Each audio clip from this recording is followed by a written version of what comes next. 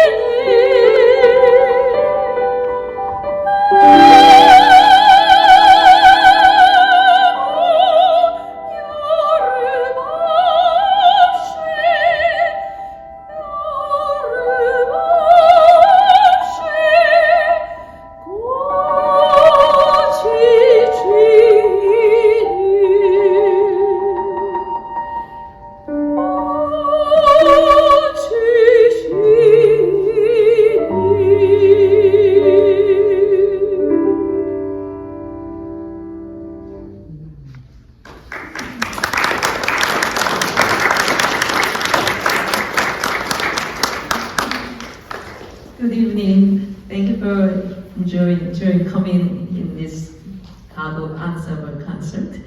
My name is Young-Ju Hong, and I'm so glad, I'm so pleased to be here to introduce Korean song, Korean art song Gago. My first piece was Sanyuhwa.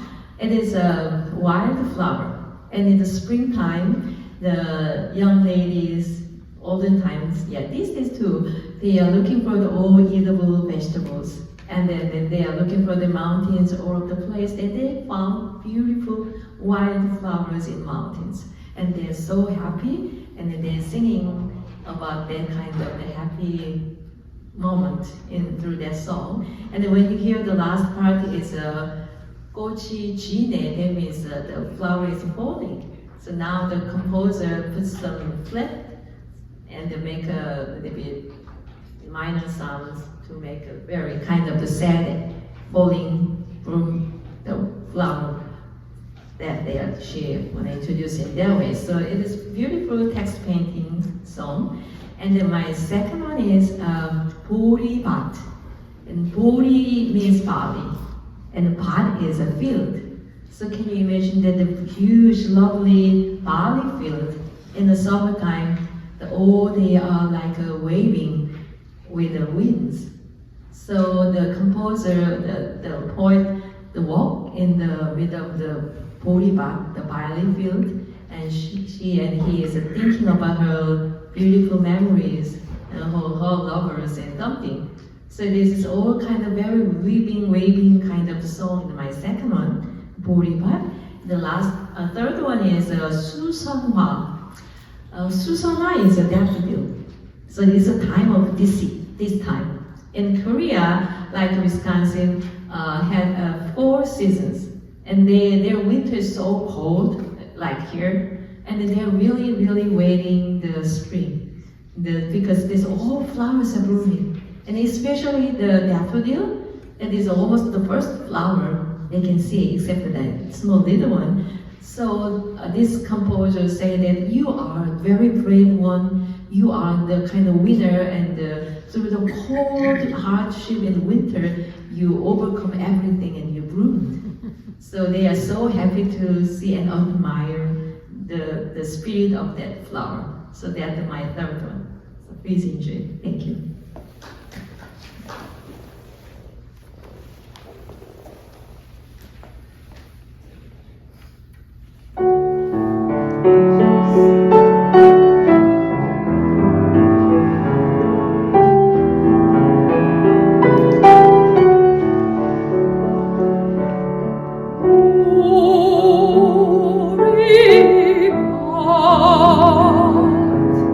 Sa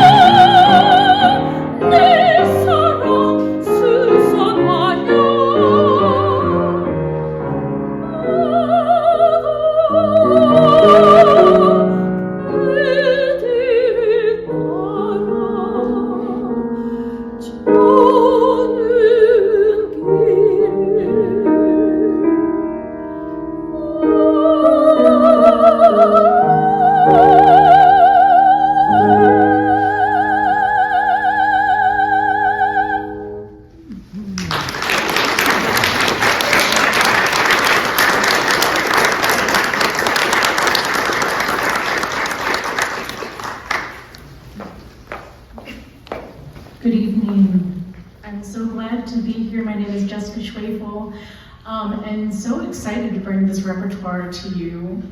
And many of you may just kind of be wondering, because this really resembles Western classical music, how did this type of music end up in the Korean Peninsula and the east side of the world? So I'm just going to give you a quick rundown of how this music came to be, because it is in Western notation. It's the same musical system that we use here in the United States and in Europe and in Russia and so on. So one of the ways that Koreans were introduced to Western notation was through Christian missionaries at the end of the 19th century. And they came to Korea and they exposed the masses to things such as their hymnals. And people were exposed to Western music in that regard, and they learned to read from the hymnals and they learned that notation system. Another way that this type of music was introduced to the Korean population was through the establishment of military bands, in which people were trained in various instruments in musical theory, and they were trained to play in like very amazing, elaborate bands. And so they in turn taught other generations. The third way that Korean composers in particular were trained formally was during what we call the Japanese occupation or Japanese colonialism. And that's when Japan basically colonized Korea between 1910 to 1945. And during that time, there was kind of a systemic erasure of Korean culture. So, for example, Korean was no longer allowed in schools. Korean newspapers were no longer allowed to publish in Korean. A number of people were put into labor camps. So it's very much a dark part of recent Korean history. But one of the things that contributed to Western music was Japan. And they embraced, especially at this time, were embracing Western ideas, industrialism and culture. So they were formally training Korean composers in Tokyo and abroad in Europe. And at the time, German lieder was very popular. So that brings us to the end. Oh, and I always forget this, just a little tail piece of that, because Korean composers were not allowed to set Korean poetry or Korean lyrics, some composers were composing Korean art song in secret. And so when Japan lost the war and Korea was liberated, if you know the history, not long after, about 5 years later, was the Korean War. And that was from 1950 to 1953. And if you know this part of our history, it just really devastated the country in a large sense. The country was split in two between North and South Korea, and families were separated, and it was very devastating. And they say that 2 million people were dead at the end of the war, with another 1 million people missing.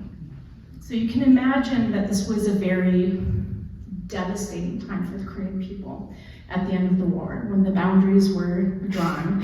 And so this brings us to 1954, when the composer Kim Sune wrote my first song that I'll be singing tonight, which is called Sawore Nore, which translates to April Song. And she very much published this to give people hope. And if you think about our theme tonight, the theme of spring, and what is spring?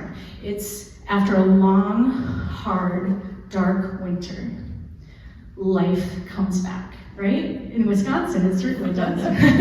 Everything is brown or everything is frozen, and then like the daffodils start coming up and life returns, and there's renewal, and there is hope, and she wrote this to bring people hope during this time, and also to garner a sense of nationalistic pride, because it was a very, very hard time for the Korean people.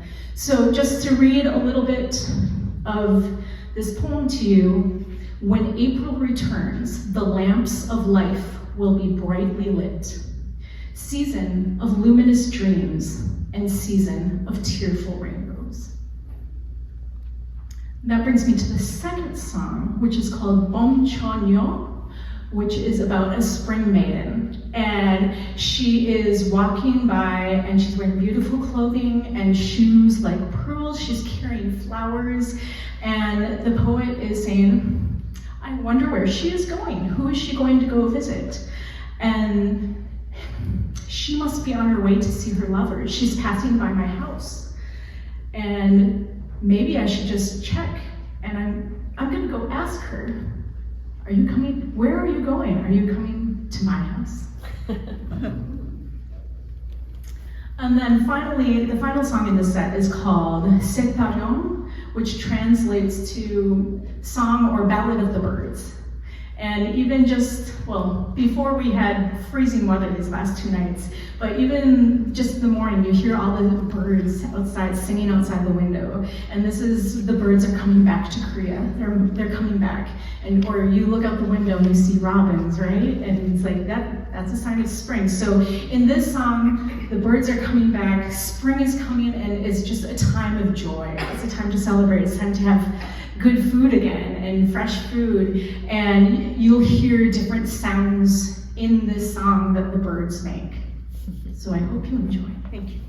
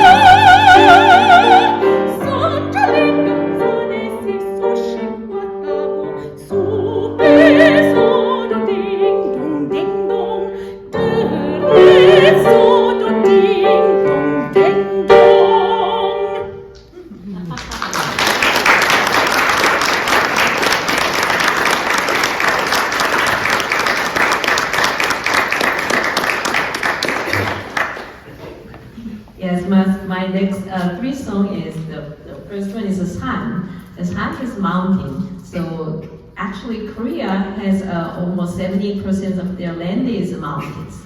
So if you visit Korea, you can see that every place around there there's mountains.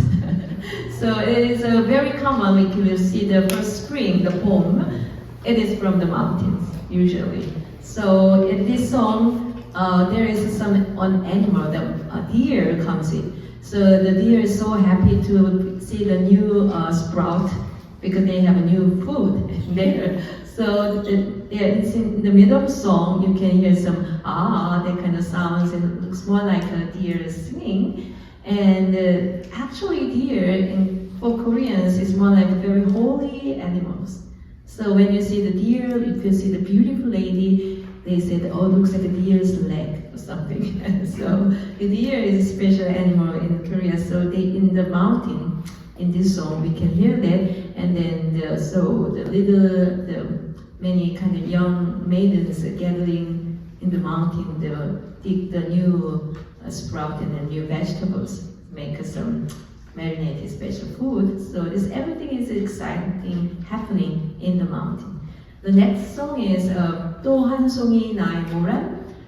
It's a peony.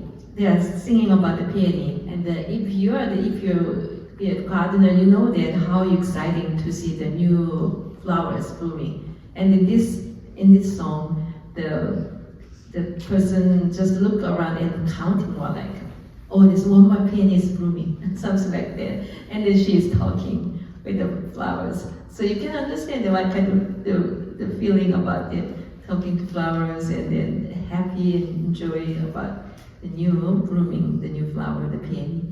And then the third one is 꽃구름 속에. It is more like lots of flower, like the crab apples, and then we can see that looks like a clouds because there's so many flowers in the tree. So they are exciting about the flower, and then they think about the hard, difficult time of the year in the winter or the other history. So now they are so happy and enjoy the beautiful cloud of the flower.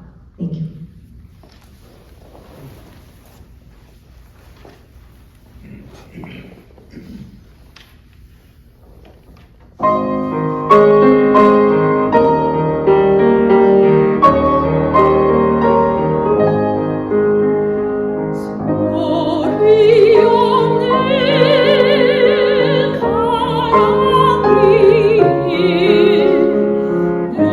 눈부신 내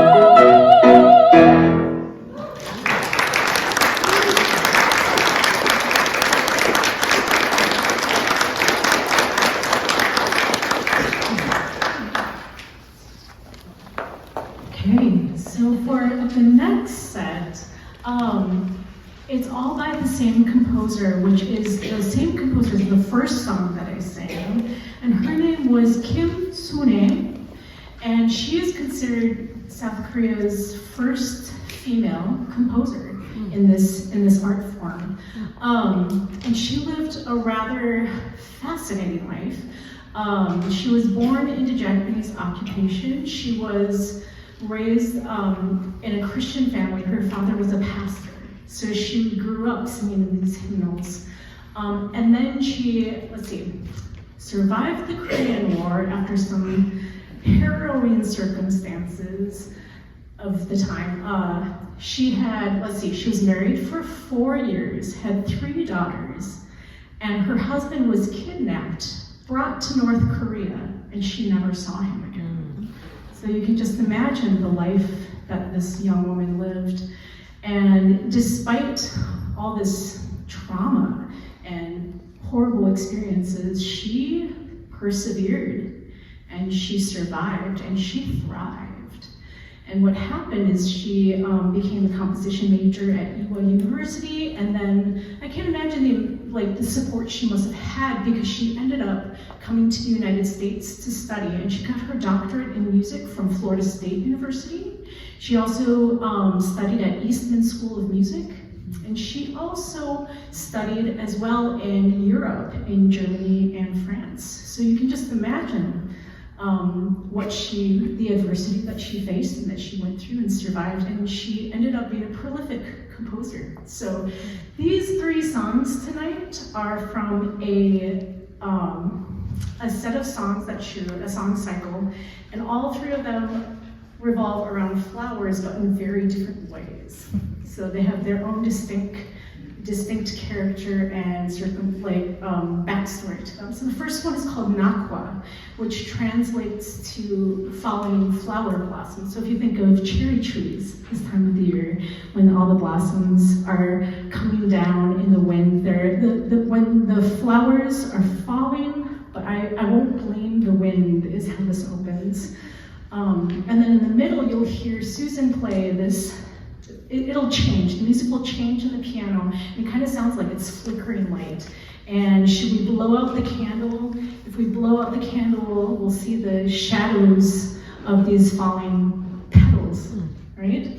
And they're casting shadows, and by the end, the flowers are blooming, but the petals are falling, but it makes me want to cry. And you'll hear this very abrupt ending at the end of this song.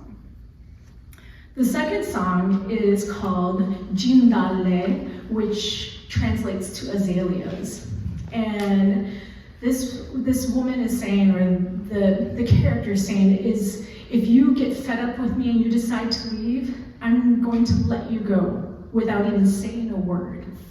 But what I will do is I will pick all the azaleas, and I'll pick them, and I will strew them as a path for you, and you can walk away and you can walk out.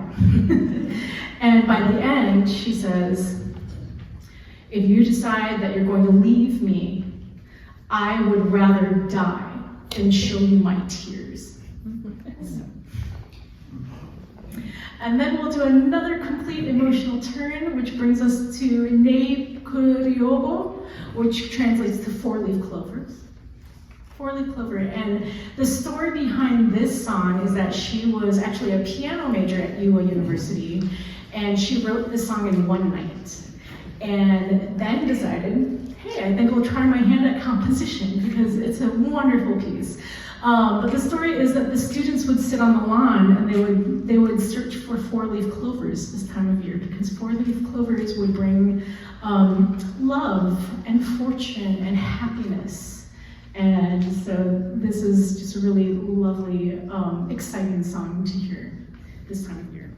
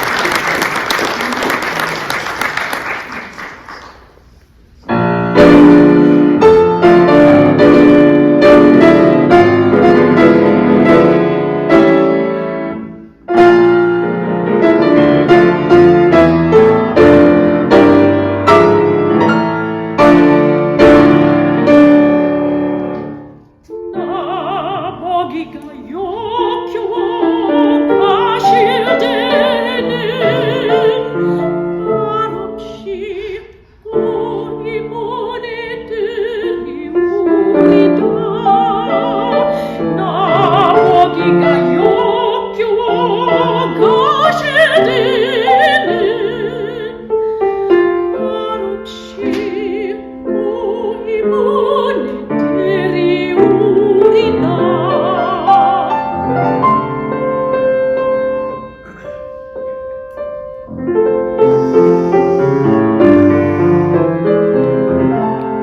용변 위 약산 진달래꽃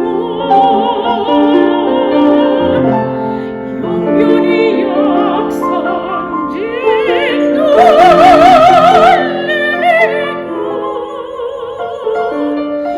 아름다다 가실 길에 보리오리다. 가시는 골은 너흰 그 꽃을 사분이 주려 밟고 가시옵소서.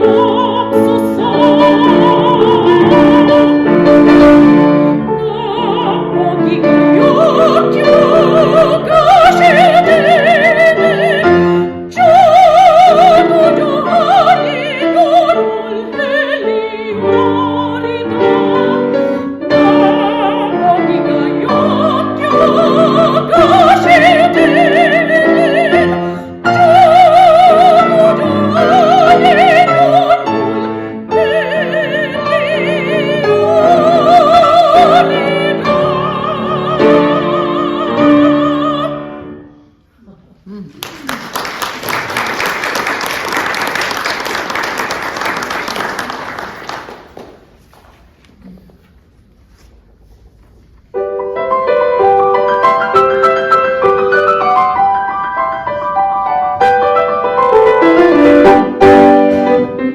정령을 비나는 하늘 저는 위하늘에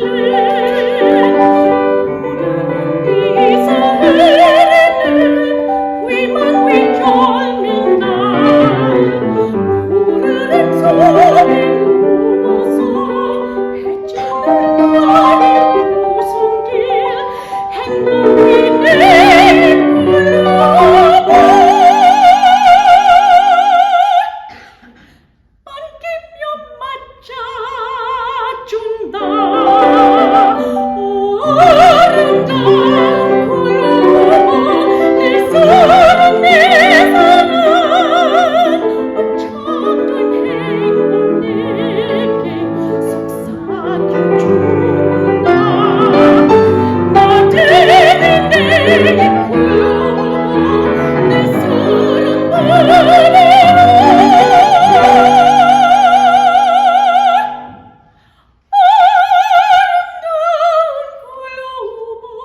그 행복 속삭여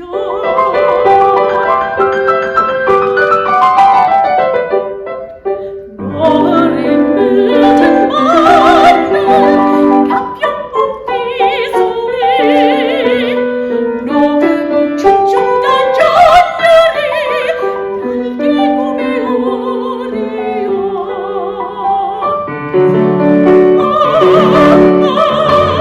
행복의 잎 굴러봐 사랑만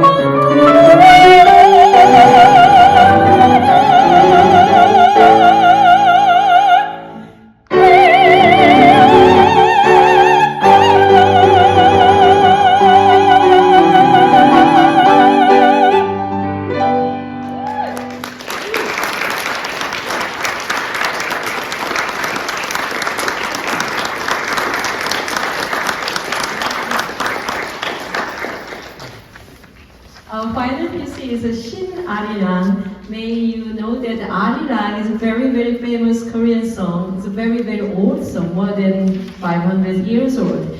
And then there is many different Arirangs in Korea, in different regions, North Korea, South Korea, all over the Korea, you found many different styles of arena. So somebody wonder what arena means. So actually we don't know. That's right. But in the Korean old word, ari means beautiful. Ari means beautiful. So maybe it's a beautiful mountain, beautiful field, beautiful person. So we don't know, but we can guess ari is that one. And then it is very famous, so it's more like a Korean national anthem. They have their Korean anthem, but put the North Korean and South Korea put it together, maybe that is kind of the people, sort of the people they think it's Korea, Arira is their anthem like that. And just because I can't forget to say this, but we must give Susan another round of applause.